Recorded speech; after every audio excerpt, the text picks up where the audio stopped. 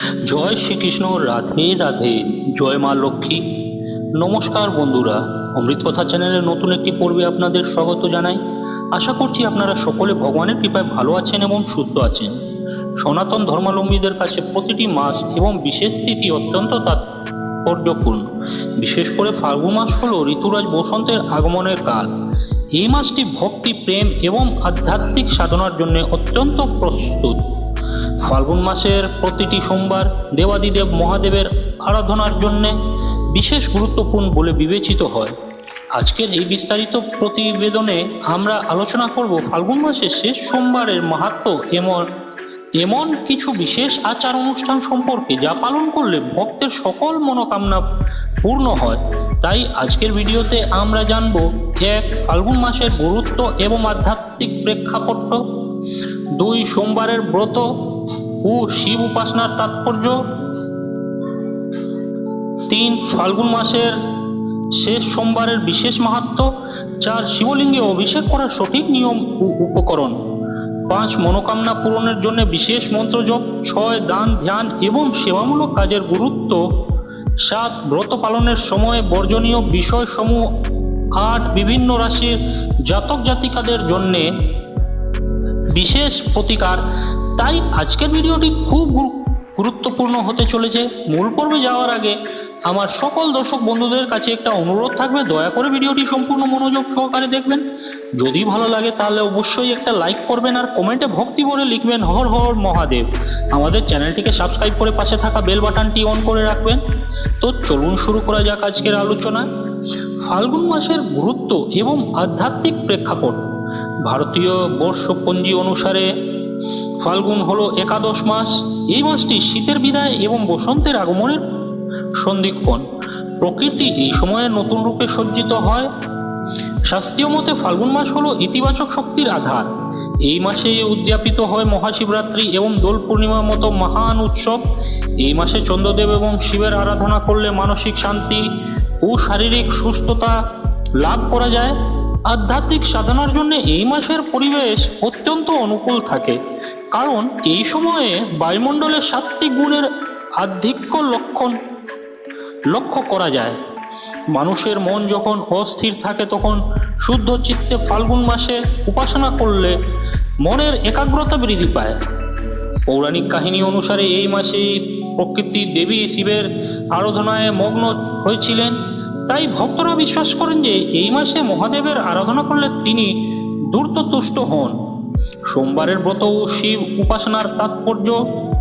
জ্যোতিষশাস্ত্র এবং পুরাণ অনুসারে সপ্তাহের প্রতিটি দিন কোনো না কোনো দেবতাকে উৎসর্গ করা হয়েছে।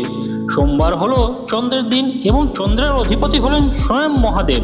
মহাদেব তার মস্তকে চন্দ্রকে ধারণ করেছেন, তাই তাকে চন্দ্রশেখর বলা হয়। যারা মানসিক উদ্বেগ ভোগেন বা যাদের জন্মকুণ্ডলিতে চন্দ্র দুর্বল, তাদের জন্য সোমবারের ব্রত পালন করা অত্যন্ত ফলদায়ক। সোমবারের ব্রত সাধারণত খুব সহজ এবং সরল হয়। মহাদেব আড়ম্বর পছন্দ করেন না, তিনি ভক্তির কাঙ্গাল। তাই সামান্য গঙ্গাজল এবং বেলপাতাতেই তিনি সন্তুষ্ট হন। ফাল্গুন মাসের শেষ সোমবারটি বিশেষ, কারণ এটি বসন্তকালের চূড়ান্ত পর্যায়ে থাকে এবং এই সময়ে মহাদেবের কৃপা প্রাপ্তি হলে সারা বছর সুখ শান্তিতে অতিবাহিত হয়। ফাল্গুন মাসের শেষ সোমবারের বিশেষ মাহাত্ম্য। কেন ফাল্গুন মাসের শেষ সোমবারকে এত গুরুত্ব দেওয়া হয়? এই প্রধান কারণ হলো এটি একটি চক্রের সমাপ্তি এবং নতুনের সূচনাকে নির্দেশ করে। বছরের শেষ দিকের এই বিশেষ তিথিতে যদি কোনো ভক্ত নিষ্ঠার সাথে মহাদেবের আরাধনা করেন, তবে তার বিগত দিনের সকল পাপ ও দুঃখ দূর হয়ে যায়। একে ইচ্ছা পূরণ সোমবার বলা হয়ে থাকে। শাস্ত্র মতে এই বিশেষ দিনে মহাদেব মর্তলোকে বিচরণ করেন এবং তার ভক্তদের প্রার্থনা শ্রবণ করেন। বিশেষ করে যারা বিবাহের বাধা দূর করতে চান বা ব্যবসায়িক উন্নতি প্রার্থনা করেন, তাদের জন্য এই দিনটি অত্যন্ত শুভ। এই দিনে নির্দিষ্ট কিছু নিয়ম মেনে পুরা করলে গ্রহদোষ খণ্ডন হয় এবং ভাগ্যের চাকা ঘুরে যেতে পারে। শিবলিঙ্গে অভিষেক করার সঠিক নিয়ম ও উপকরণ। ফাল্গুন মাসের শেষ সোমবারের সব থেকে গুরুত্বপূর্ণ কাজটি হলো মহাদেবের অত্যন্ত প্রিয় একটি আচার। শাস্ত্রীয় বিধান অনুসারে সঠিক উপকরণ দিয়ে অভিষেক করলে অভীষ্ট ফল লাভ করা সম্ভব। অভিষেকের জন্য প্রয়োজনীয় উপকরণ সমূহ গঙ্গাজল, কাঁচা দুধ, দই, ঘি, মধু, চিনি বা আখের রস। এছাড়াও বেলপাতা, ধুতুরা ফুল, শ্বেত চন্দন এবং অক্ষত অর্থাৎ অখণ্ডিত চাল প্রয়োজন। অভিষেকের পদ্ধতি: প্রথমে শুদ্ধ বস্ত্রে উত্তর দিকে মুখ করে বসতে হবে। এরপর তামার পাত্র বাদ দিয়ে অন্য কোনো পাত্রে রাখা জল বা দুধ দিয়ে শিবলিঙ্গ স্নান করাতে হবে। মনে রাখতে হবে, শিবলিঙ্গে কখনো তামার পাত্র দিয়ে দুধ অর্পণ করা উচিত নয়।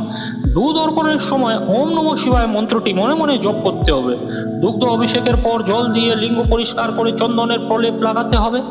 এরপর বিল্ব বা বেলপাতা অর্পণ করতে হবে। বেলপাতা অর্পণের সময় খেয়াল রাখতে হবে যেন পাতাটি ছিঁড়ে না যায় এবং পাতার মসৃণ অংশটি শিবলিঙ্গের দিকে থাকে। মনোকামনা পূরণের জন্য বিশেষ মন্ত্র জপ। মন্ত্র হলো শব্দের এমন এক শক্তি যা সরাসরি ব্রহ্মাণ্ডের শক্তির সাথে যোগাযোগ স্থাপন করে। ফাল্গুন মাসের শেষ সোমবারে বিশেষ কিছু মন্ত্র জপ করলে দ্রুত ফল পাওয়া যায়। মহামৃত্যুঞ্জয় মন্ত্র যম বা অকাল মৃত্যুর ভয় দূর করতে এবং দীর্ঘায়ু কামনায় এই মন্ত্রের বিকল্প নয়। তবে সাধারণ ভক্তরা যদি কেবল ওম নমঃ শিবায় এই পঞ্চাক্ষরী মন্ত্রটি 108 বার জপ করেন তবেই শিবের আশীর্বাদ পাওয়া সম্ভব। দারিদ্র্য দূরীকরণের জন্য যদি আর্থিক সমস্যায় জর্জিত থাকেন তবে এই দিনে ওম ঋণ মুক্তেশ্বর মহাদেবায় নমঃ মন্ত্রটি জপ করতে পারেন। জপ করার সময় রুদ্রাক্ষের মালা ব্যবহার করা সর্বোত্তম। নিভৃত কোনো স্থানে বা শিব মন্দিরে বসে এই জপ করা উচিত। দান, ধ্যান এবং সেবামূলক কাজের গুরুত্ব: সনাতন ধর্মে দান হলো অন্যতম শ্রেষ্ঠ পুণ্যকর্ম। ফাল্গুন মাসে সে সোমবারের সাদা রঙের কোনো বস্তু দান করা অত্যন্ত শুভ বলে মনে করা হয়, যেমন চাল, দুধ, চিনি বা সাদা কাপড়। অসহায় বা দুস্থ মানুষের সেবা করলে মহাদেব অত্যন্ত খুশি হন। কথিত আছে, জীবে দয়া করার মাধ্যমে এই শিবের প্রকৃত পূজা সম্পন্ন হয়। এই দিনটিতে ক্ষুধার্তকে অন্ন দান করলে গৃহে অন্যের অভাব হয় না। এছাড়াও পশু পাখিকে খাদ্য প্রদান করা যেতে পারে। বিশেষ করে এই দিনে গরুকে ঘাস বা গুড় খাওয়ানো স্বাস্থ্যসম্মত। এটি কেবল ধর্মীয় আচার নয়, এটি আমাদের মানবিক সত্তাকে জাগ্রত করার একটি প্রক্রিয়া। ব্রত পালনের সময় বর্জনীয় বিষয়সমূহ: যে কোনো পূজায় কেবল কি করা উচিত তা জানলে হয় না, কি করা উচিত নয় তা জানতে হয়। ফাল্গুন মাসের শেষ সোমবারে কিছু বিষয় কঠোরভাবে এড়িয়ে চলার প্রয়োজন। প্রথমত, আমিষ আহার থেকে বিরত থাকতে হবে। এই দিনটি সম্পূর্ণ সাত্ত্বিক আহার গ্রহণ করা উচিত। নেশা জাতীয় দ্রব্য সেবন করা শাস্ত্রীয়ভাবে নিষিদ্ধ। দ্বিতীয়ত, কারো সাথে বিবাদ বা কলহে লিপ্ত হওয়া যাবে না।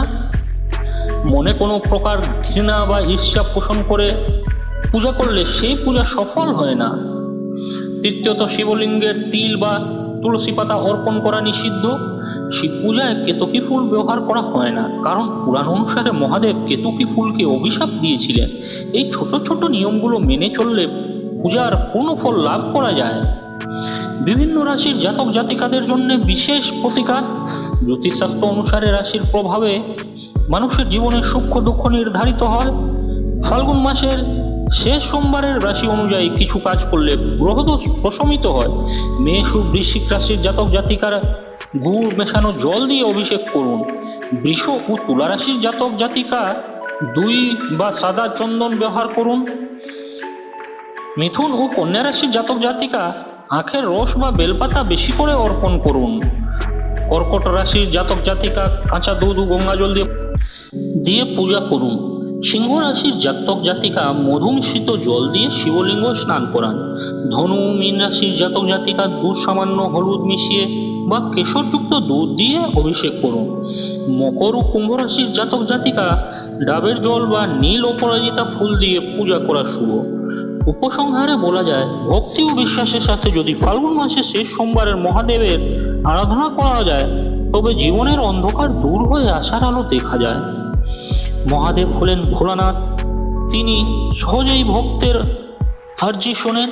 তাই নিজের মনকে পবিত্র করে এই বিশেষ দিনটিতে আধ্যাত্মিক সাধনায় নিমগ্ন হয়ে উচিত।